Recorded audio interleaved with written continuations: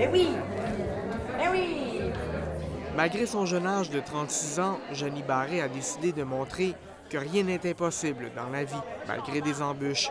Atteinte de la maladie ostéogenèse imparfaite, elle a coécrit son histoire avec son père Bernard Barré, conseiller municipal à la ville de Saint-Hyacinthe et analyste réputé dans le domaine de la boxe. Si moi, je peux vous inspirer, puis que vous vous dites « Tabarouette », quand vous allez lire mon livre, vous allez voir, vous allez faire « Aïe, aïe ». Elle a tout vécu ça, hein? Il y a 10 ans, j'aurais pas été capable de faire ce que je vais faire, là, parce qu'il y aurait eu beaucoup trop d'émotions. 157 fractures, ce n'est pas seulement le titre d'un livre, mais bien une réalité que la Mascoutaine, maintenant mère d'un adolescent de 12 ans, a vécu depuis son enfance. J'étais tellement normale, là, tu sais, j'étais tout un beau petit bébé qui avait l'air en santé. Par contre, je pleurais très fort, comme mon père l'explique. Fait que déjà là, tu sais, mon père avait trouvé ça comme anormal. Là, tu sais, des fois, tu dis, OK, le bébé pleure, mais là j'avais un pleur plus fort encore. Les parents m'ont ramené à la maison quand même, mais tu sais, je pleurais tout le temps. À chaque fois qu'ils me touchaient, je pleurais. Tu sais, c'était pas normal. À un moment donné, il a dit ostéogenèse imparfaite. Après notre série-là, on a dit, bon, là, la bonne nouvelle, c'est qu'on sait c'est quoi. Puis là, il a dit, la mauvaise nouvelle, là, vous êtes pas, là, vous êtes embarqué dans un méchant cycle. Mais à partir du moment qu'ils ont trouvé puis ils ont dit, vous allez vivre votre vie avec un enfant de porcelaine, bien, on était contents de savoir c'était quoi, mais après, il nous a expliqué comment c'était pour être compliqué. On était une grande période de notre vie où toute notre vie, à toute la famille, tournait alentour de Janie. On avait le focus sur Janie. C'est pour ça qu'on avait un proverbe chez nous qui disait « Quand Janie va bien, tout va bien ». C'est très difficile de survivre à ça quand il t'arrive des fractures à toutes les semaines, puis à chaque petit mouvement. Je me souviens au primaire, en 3e année, j'avais effacé un petit peu trop fort dans mon cahier d'école. Je m'étais fracturé le poignet. Même à un moment donné, en jouant au soccer, j'avais reçu un ballon de soccer sur le mollet, casse le mollet.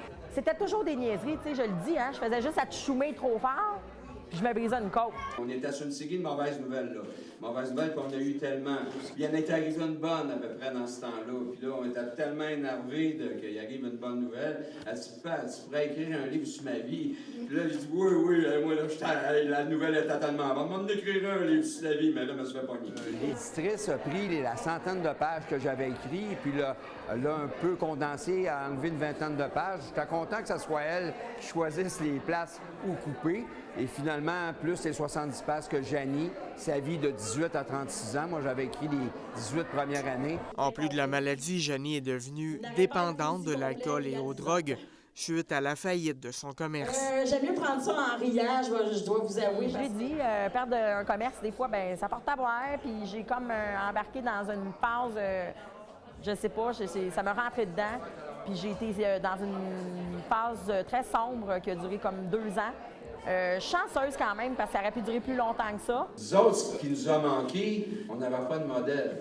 On disait, crème, c'est quoi son avenir? On n'a pas de modèle. C'est quoi, où on s'en va? Puis c'est inquiétant. Mais Janie, c'en est un modèle pour ces jeunes-là. Janie, tout de suite, elle nous disait « Ah, vous allez voir, je vais passer à travers, demain, ça va aller mieux. » Elle avait un moral d'enfer. Heureusement, ça lui a permis justement d'avoir la vie qu'elle a aujourd'hui. C'est à mon tour maintenant d'aller aider. Tu sais, je fais beaucoup de choses, puis moi, j'ai envie d'aller inspirer les jeunes des écoles secondaires, d'aller les aider pour les inspirer, les motiver à réaliser leurs rêves. Et je vais aussi donner des conférences pour les grandes entreprises et dans des grandes salles au grand public. Je veux vraiment, là, mon objectif de vie, faire le plus de conférences possible pour aller aider les gens. Là, des clous dans les jambes, en haut, en bas, partout, et ça tout, il n'en manque pas. Au fil des années, on s'entend-tu que c'est pas la même sorte de clous? Puis là, lui, il nous demande c'est quoi les clous. Puis là, Janie, elle dit, ben, je peux pas embarquer dans ma chaîne, c'est sûr, mon cadeau au plafond.